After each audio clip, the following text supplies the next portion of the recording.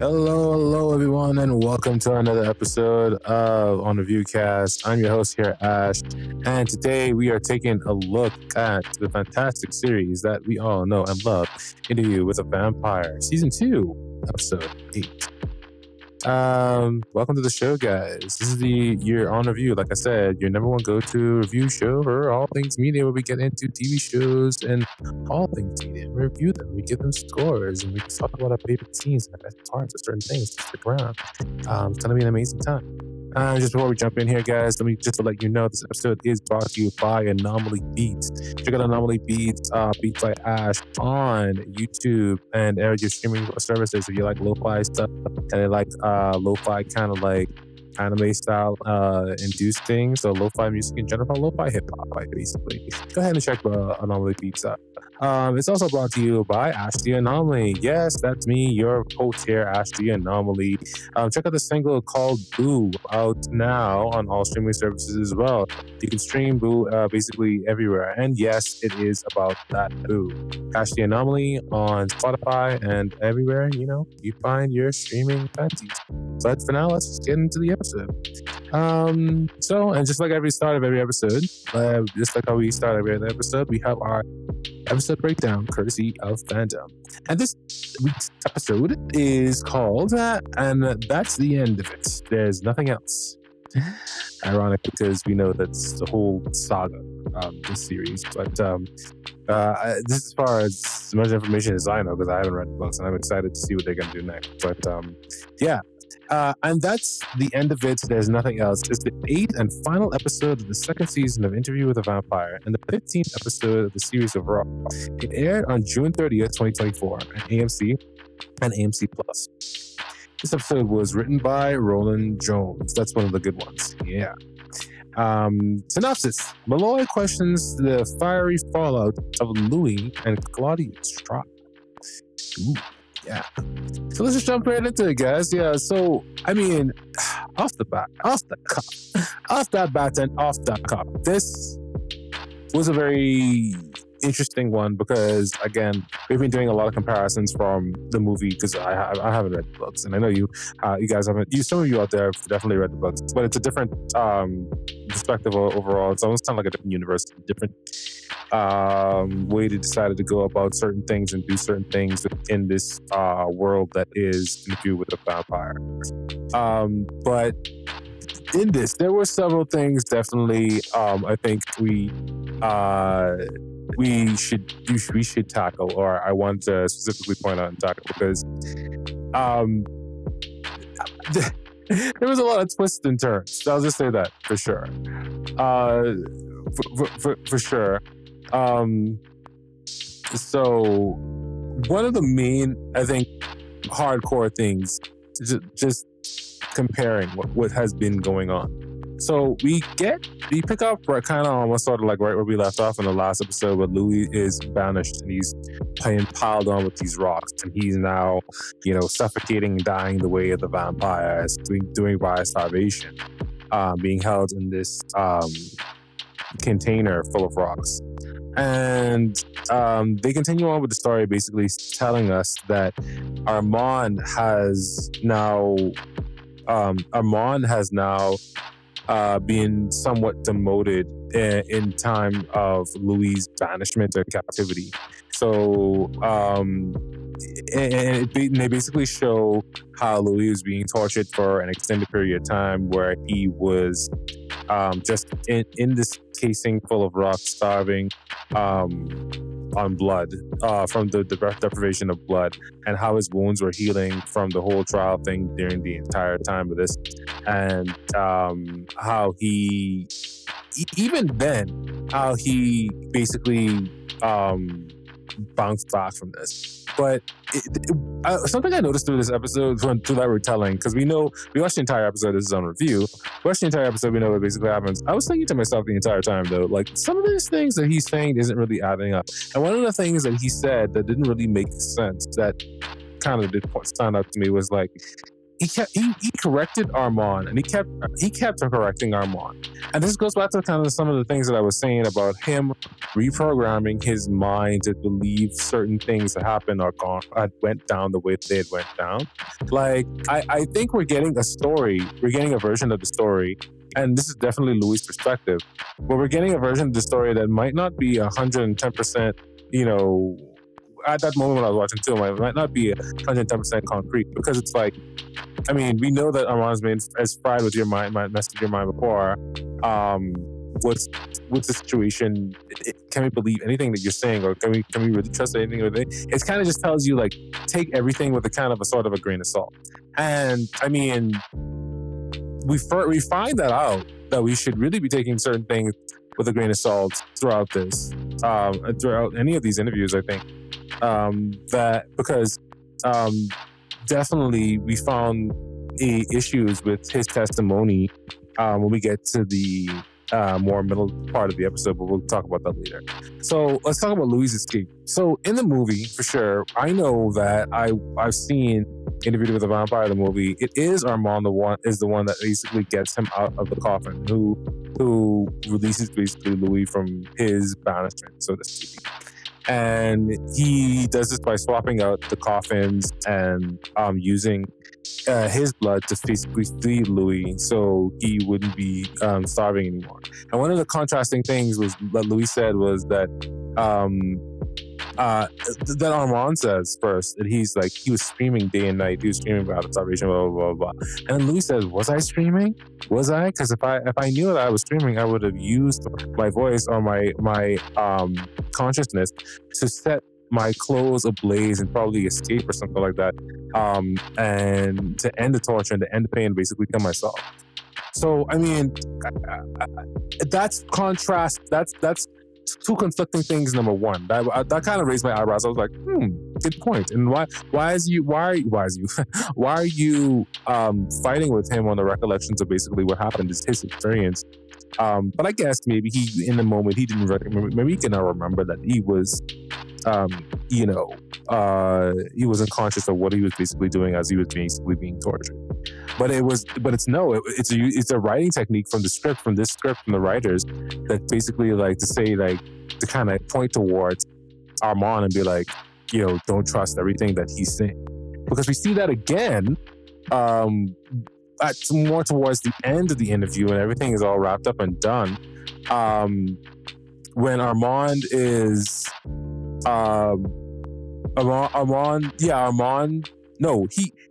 So when Louis asked Armand that, what did I say? We just left after everything was all said and done. He says, the part when he says, like, we just left to Paris and we wandered about and we walked to Paris, and then I said something telepathically, and he asked Armand, is it, was it? And Louis asked Armand, was it telepathically that I said it? And Armand was like, it must have been, or something like that. Just conflicting it was like little jabs like that. I was like, did this go down the way, you know what I mean? Like, something isn't quite right here. Should we really be, on, I don't know, something seems amiss between these two still.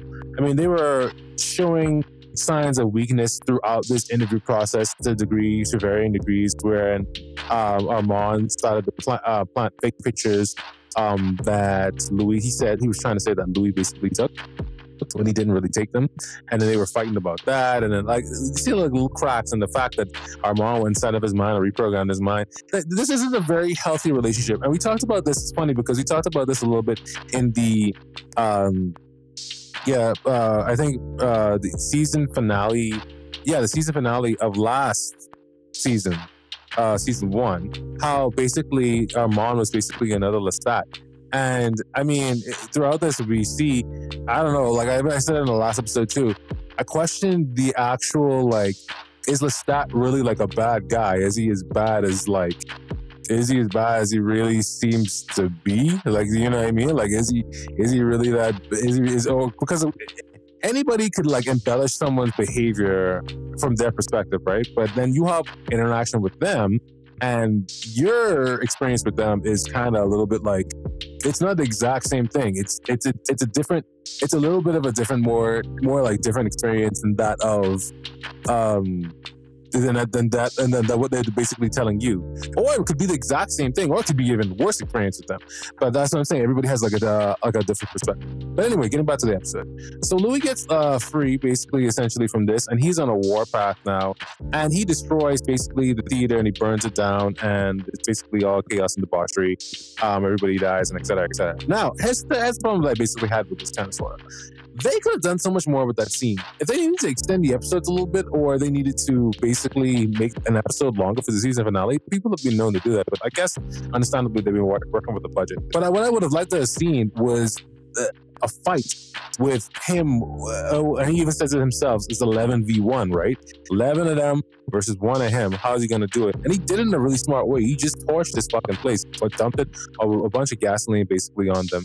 And he's able to do this because he explains that when a vampire goes in the coffin, like they're dead to the world. Like basically everybody is like, they can't hear anything. They're in this deep sleep. They can't hear anything. Nothing. They wouldn't be a lot. It would take a lot for them to basically be disturbed while they're in the coffin, or while they're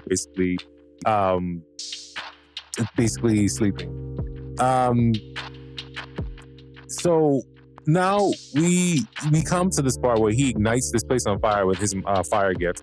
And what happens in the show is that they cut, and they do a little bit of like vignette stuff in the background where vampires are flying out of that coffin, and some people are trying to basically fight Louis, but they fade and they cut. They don't show the entire thing, and they cut to Louis going after. Actually, they cut to the 2 vampire females. I forget their name. Celeste. One of them was Emil and Celeste. I think that's what their name was. And Louis could I think sense them or hear them trying to get away. But he had planned for their escape. And as they were driving away, they were blaming all these other covens, like the London Coven and other things that was going on, which is still very interesting, by the way, because I'm curious if we're going to go, we have to actually see the London Coven movie season 3. But they were blaming like things like the London Coven and all the other issues that they basically were going with. Basically tells us that this world is way wider than we basically think it is. So I'm excited for season 3. But he ignites one of their gasoline tanks and makes them explode as they were driving away. And it's pure and out of chaos, and it's a beautiful thing. And that's basically the thing that we saw about them getting back. And then another thing that we're going to talk about later. But I wish that we'd seen more of a fight, because in the movie we got to see him fighting the Coven to an extent. And he had this big ass scythe. The character Louis had this big ass scythe, and he was cutting people in half, and it was great. It was good. It was an actual fight between vampires and stuff, and I would have enjoyed seeing that a little bit more. So, but all we got really with this, we got some faded vignettes of basically what was implied that was happening to the vampires when he was fighting them. And then he said 4 got away. 2 of them he blew up with the motorcycle with his mind gift. And then Santiago, of course, he was egging Santiago to come on after him. And basically Louis gets to kill Santiago by cutting off his head. Now, the Louis in the movies, don't know if this happens in the books, he actually cuts him in half instead of cutting off his head. I thought that was an apt contrast. They wanted to do something a little bit different, but the way how he goaded him, and it was like a twist of where he caught him in a very a vulnerable position, and he got the jump on him basically. That was really, really cool. I really like that, the way that they shot that. That was really neat. Just noticing now that Santiago kind of looks like Spike he looks like an older Spike from Buffy. You guys remember that? Yeah. Anyway, so just basically moving on with the episode. So now Santiago's dead. That's how the place got torched and it got burned on fire. And we mentioned that there was one other vampire that was left, because there was 4 that got away, right? Not including Armand and Lestat. So we'll get more into that later. So the follow-ups to the fallout to this is that Louis and Armand basically have a conversation as to what the fuck happened, and why was he what was the story behind what was the story behind him having to endure Claudia's death and etc. And he asks about Lestat, and Lestat is basically still in town, so they go to see Lestat. So him and Lestat have this conversation, and Louis is questioning why would you do all these things, sail across oceans, rehearse a whole fucking play, do all these horrible things just to watch your daughter burn alive, your fledgling to burn alive. And as painful as we saw it, I would only imagine as it being akin to losing a child. So they have every right that Louis in this moment has every right to ask the question. But this scene specifically is significant because we find out that it's not exactly what it appears to be, and Lestat, in a sense, allows Armand to have Louis, and Lestat says, enjoy it for however long it lasts, because he knows something that we basically don't. And we're going to talk about that thing basically in a little bit. But the twist in this, which was so cool, I thought, was that the entire play, Malloy has, in this episode, in this entire interview, Armand has been talking to the Telemascas, which is this group that's been investigating them, and between, I suppose, which makes sense, like Louis and Armand basically are aware of them. And the package that they received, that Reid had given to Malloy, was a package that was newspaper that had wrappings around the actual script of what happened for the play, the finale play where Claudia died. And one of the first things you notice in the play, this is after the whole recanting of the story. One of the first things you notice in the play, you can see Armand's notes in the right-hand side. When I saw that, I was like, oh shit. I was like, oh shit. You know what this means, right? Fuck, he knew it. He knew. He was in on it. He was this little son of a bitch who basically, if anything, he directed and he planned all of this to basically kill Louis and to kill Claudia. He was never really with Louis. Man, he was never really. It was all a lie. It was all a lie. And man, on ReviewCast, I'll just be straight up with y'all. If I'm being honest, I fucking hate liars. Liars suck. I don't understand why people need to feel the need to lie, because they just want to get ahead of life. But if you lie, you lie to someone, you lie to yourself. I mean, do you know what I mean? Fucking liars, man. God damn it. But it is revealed that the twist is that Louis, it makes us question basically everything. And imagine being with someone for 70 years and knowing that they had initially planned your death. They say so supposedly love you, but initially they had planned your death and rehearsed your death and rehearsed the entire fucking show, showing of your death along with the crew, the cast and crew of this theater production company. And you find out you were supposed to basically die, and he's been lying to you this entire time. Anybody would think, what the fuck? What the fuck? And it basically showed, Malloy basically puts it together. And he puts it together and he's kind of like, well, you know what? It makes sense that he was directing it. And the one who actually saved you, who also had the mind abilities, because if you remember back in season 1, the person who had the mind abilities, who told the soldiers all to leave their house when they were all being debaucherous and being drunk down the house. And then Louis comes home and Lestat makes all of them leave. Who else had that mind ability to reach so much mind? It was Armand, right? I mean, it was Lestat, right? So it turns out Lestat was actually the one who saved Louis, and it wasn't Armand. Because something else that, Malloy put together was the fact that Sam had been in 2 places at once. So his brain, right? Louis' brain still was his memory and his perception of reality has still been fucked with. And if you think about it, that's a brilliant supernatural thing. You have violated now this person, right? You have violated this person's trust and perception of what's real. And this is what I'm talking about. This is what I'm talking about when I say that, the truth matters and the truth is so important. And in a relationship, I think we all kind of felt that when we saw that. In a relationship, the truth matters. The truth is so fucking important. And if you're lying consistently, that's like one of the ultimate betrayal. You're supposed to be able to trust the person with your life. And if you can't feel like you can't trust the person with your life, it's like, dude, like, it's all a lie. Like, do you really have a relationship? You gotta ask yourself. Yeah, that's what it is. You gotta ask yourself, do you really have a relationship? Yeah. And I mean, honestly, it didn't seem that way. And I felt it. I'm not the character Louis. I'm not an old vampire or whatever it is, but I've been lied to before in a relationship. I think we all have. I mean, we felt that thing of like, what the fuck? You've been lying this entire time? It's the length of the lie. That's what it is. It's not even the fact that you lied. It's the length of it, right? Because if you fuck up in a relationship, sure, it's the length of it. And something also that I found like really interesting is when like Louis found this out. If you guys go back to the episode, and he kind of takes it out on Rashid. Not Rashid. He takes it out on Armand, and he slams Armand against the wall. And Armand and it makes an indent as to where the cement wall was, showing basically two things to me. For somehow it looks like Armand has become weaker than Louis. Louis is somehow now stronger than Armand. I don't know how this happened, but it's an interesting take, and it's an interesting thing moving into these next couple of books, perhaps, if Louis is even involved.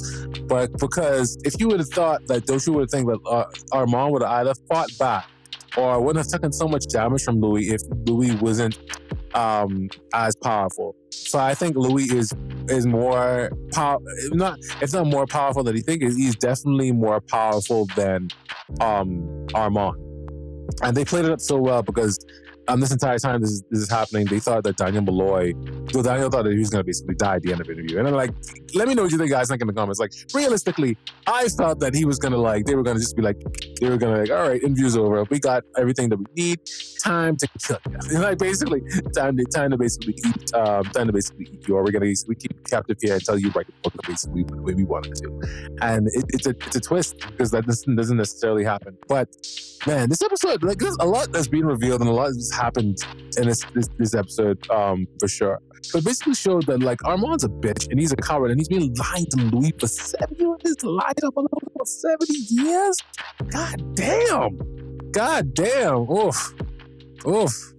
But also, it also shows, the second thing that it shows when Armand basically slapped Louis, when Louis basically slapped Armand's shit across the fucking room and he slapped him into the wall.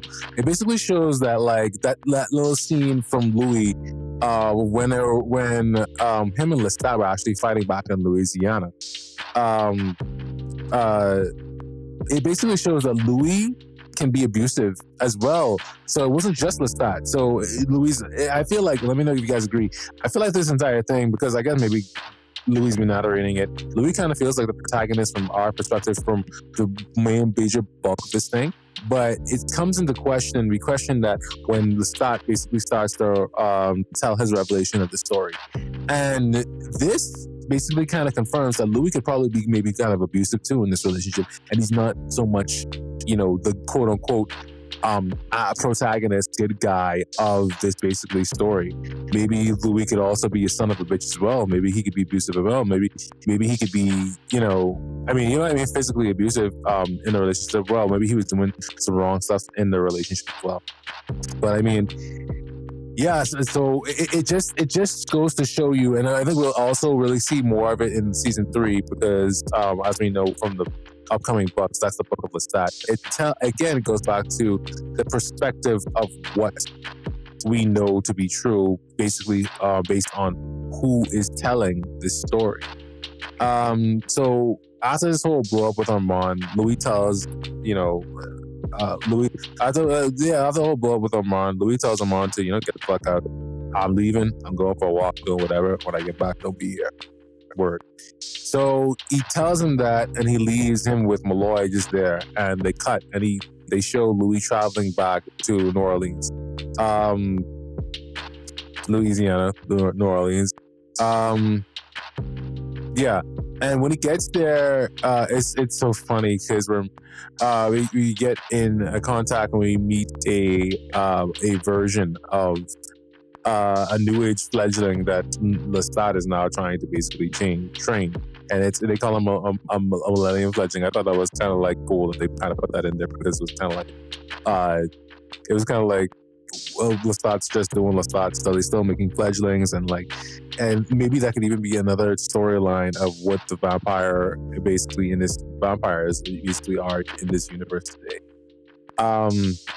So he goes back to New Orleans and he sees this vampire into the side of his eye as he goes on tour with this group around the city.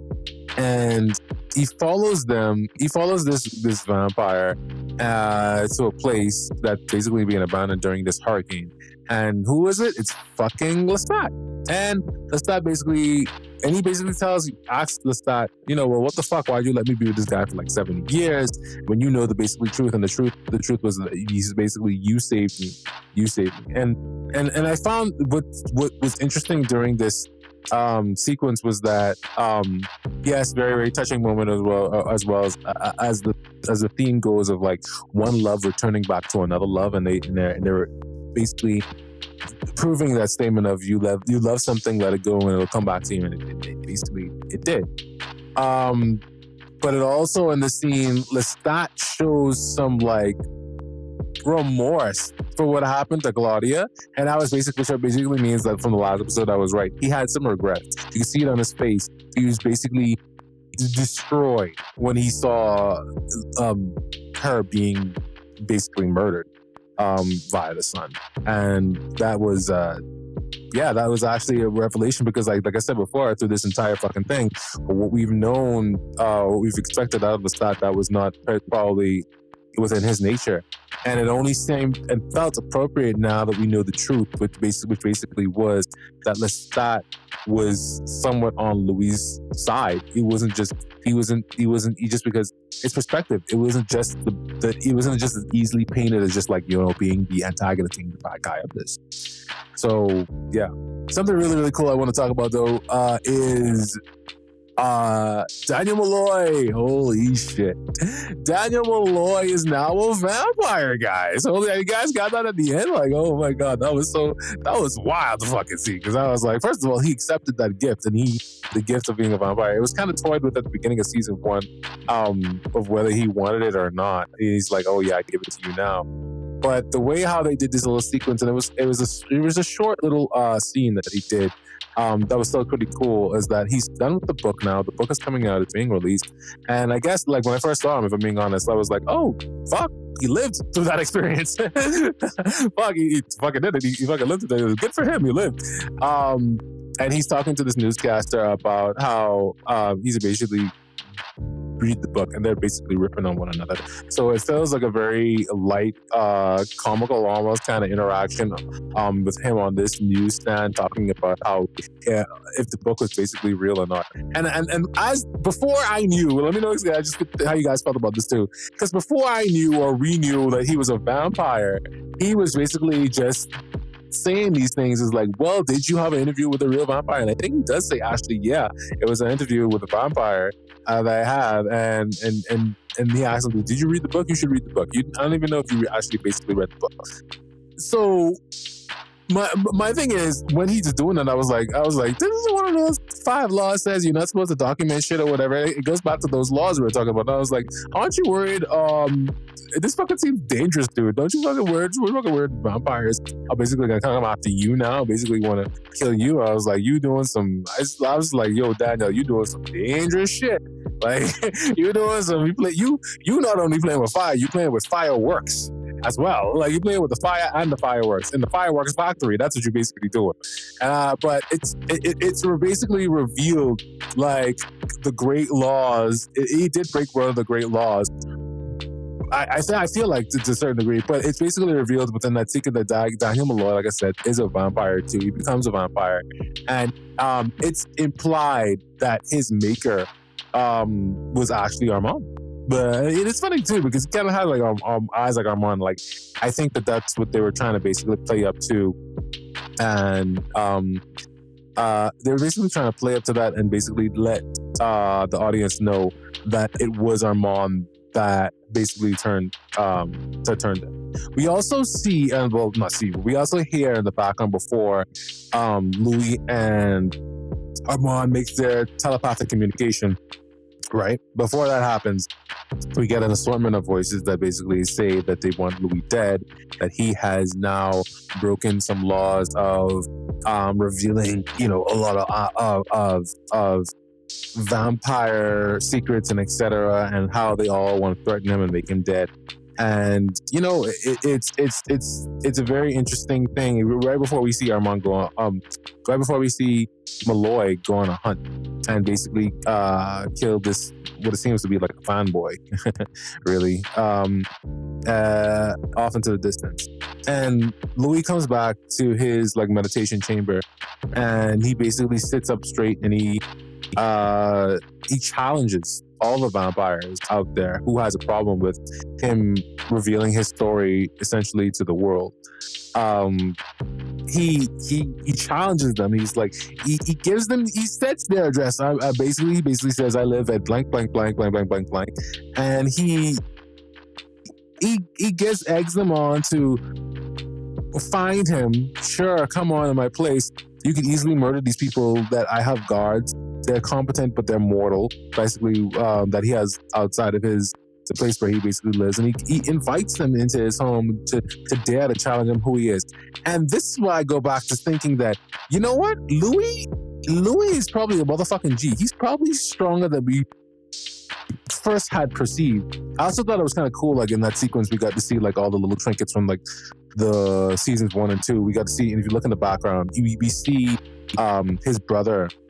Paul, a painting of his brother Paul, and we also see the dress that Claudia burned in. I thought that was kind of cool. That was just like remnants of season 1 and 2. That was kind of cool in the scene. So little tidbits from On Review. Yeah. So and then in this scene also, like I said, he challenges them, and like I said, to challenge any of the vampires who dare to want to try to cross in his wake and come after him like that, because there must be thousands of vampires basically out there if you think about it. Really, I think in the episodes, some of the episodes prior, they said how much they were tracking, and a lot of them realistically maybe probably a week or younger than Louis, or even some of them might be older, but just to have the balls to be strong enough to be like, say, and he says the final line, I own the night, like, fucking come after me, I dare you. Like, that says a lot. But yeah, and that's basically the end of the episode. That's basically part 2. Definitely a strong episode in my opinion. Cannot wait for season 3. Definitely gonna be something to basically look out for. So at this point in the episode of OnReviewCast, we're going to get into Ash's favorite scenes, yeah. And no Ash's favorite scenes because it's actually a pretty good episode. So Ash is going out to Ash's favorite scenes. Coming in at number 3, Santiago's death. So yeah, this is actually a pretty cool sequence, like I said before. Like, the way that they shot it, I feel like there was a little bit of cheesy things, in my opinion. A little bit of cheese things, a little bit of things that could have been like a little bit different. The way how he jumped out of that like sewer tank and he saw the cigarette. Like, when as soon as he got out of that cigarette, as soon as he got onto the street where the cigarette was, it was fine. But it was kind of a little cheese when he's like flying. Again, like, I think it's the whole flying thing. It looks like he was flying up, and the cap of the top of the top of the ceiling of the manhole just flies open like that. That was a little bit cheese. It was kind of like, okay, all right, guys, like that was a bit too Hollywood there. And then Louis cuts off his head. Like I said, it's significant because in the movie, and I'm thinking in the books too, he actually slices him in half, and he doesn't cut off his head. He slices him in half. That's apparently didn't happen. But the proper way to kill a vampire, apparently, our modern way is to, chop off a head by fire, realistically. In today's movie modern standards, that's what I'm saying. Coming in at number 2, Malloy is now a vampire. Yo, that was kind of cool. That was kind of cool just to see him, like, and the way that they did it too, because like up until the moment where he removed his sunglasses and he changed his eye color from being like a normal looking kind of like human to like those yellowish, kind of orange yellowish kind of like looking kind of eyes that Armand had. I didn't know like he was a vampire. Like I explained before, like it was dangerous what he was doing, revealing himself, coming out with this book and being very out in the open with this book and being like, hey, I did this book or whatever it is, and everybody's mad at me, but like fuck them, right? But it's kind of like dangerous if you're a human, but it's still dangerous if you're a vampire, but it's less so because you can kind of like fight back because you're almost as strong as the other vampires now, or you're on vampiric level. So I don't know. I thought that sequence is kind of cool, and he's just like okay hunting and killing people. Well, hunting people, we didn't really see him. Might be a catch role. Anyway, coming in at number 1, the big twist that Armand is in the wrong, actually, and he fucking directed the play. Oh, that was just perfect. Like, with the music going in the background, with that single piano, that they had a theme, that was sweet. That was really, really cool. I really enjoyed that. Very powerful moment, and you actually see their relationship being deteriorated, destroyed by this basic one fact that he had directed the play, and because he was giving notes on the play, he wasn't held captive. He wasn't forced to do this by the Coven or whatever it is. He wasn't forced to do this by Santiago. He was a part of it. He orchestrated it. He wanted Louis dead. He wanted Claudia dead. And I was speculating from this that I assumed that he wanted Claudia dead because she's a child vampire. Those aren't supposed to exist. He broke one of the many laws of trying to kill Lestat. But I think it's mainly because of Claudia. Claudia wasn't supposed to be a thing. Claudia wasn't supposed to exist. And the only reason Madeline died was because Madeline had chosen Claudia. And Louis was basically saved by Lestat. Because he pointed out that, again, like 2 people could have saved him. It was either Armand or Lestat. And it actually turned out to be, it was Lestat that basically saved him. And that basically Armand is a big fat phony. He's been lying to Louis for 70 years. And that was just powerful because the gut punch of that is like, you've been lying to this motherfucker for so long, really? It was good, but it was good. That's why it's my favorite scene. Is it changes everything, right? It changes our perspective. It changes the perspective of these characters and the relationship between these characters moving forward in this universe. I think it deserves definitely, one of the stronger scenes. This episode was really, really good. We're now going to move into our last segment of the show called On Review Score. And OnReviewCast is Season 2, Episode 8 of Interviews with a Vampire. We're going to give this a strong 4 out of 5. Yeah, this episode was really, really good. The only thing is, I think the one bad thing that is not the reason why it's not going to get a 5 from us today is because that they didn't show. I wanted more vampire fighting, dude. We got a little taste of it with Santiago versus Louis, but I wanted more vampire fighting. And yes, the whole thing of this is supposed to be a drama of like, oh my god, vampires, they do crazy wild shit or whatever. And the actions and it gets wild sometimes. Yes, but I wanted more of that because I'm pretty sure they could have done they could have done more of that. I feel like more was supposed to be done there, but perhaps it's like the thing we saw with this season. And I think it was the prior episode where they actually cut out some parts from season 1, and then they showed the entire fight with season 2. When Louis and Lestat was basically fighting the big fight. They showed all the angles in season 2. If it's like that for season 3, then fuck. We might need to reevaluate this episode. But for now, as far as this episode goes and this time and space, it's a 4 out of 5. Anyway, guys, thank you so much for listening. I do appreciate it, truly. Don't forget to follow us on all of our socials, the Facebook, the Instagram, the Twitter. We appreciate you all for listening, guys. Thank you so much for going through us through this journey of Interview with a Vampire. Please stay tuned and listen up for more, OnReviewCast, for more series and media that we all know and love. And like I said, guys, go ahead and check out Ashley Anomaly on Spotify and all these streaming services. That's the first single that comes out, named Boo, and there's going to be many more to come, so pay attention to that. And lastly, also, guys, don't forget to check out Anomaly Beats, where we take a look at some lo-fi music created by me, Ashley Anomaly. All right, guys, like I said before, thank you so much for listening. And lastly, like I always said at the end of these, be safe, be kind, be you, take care.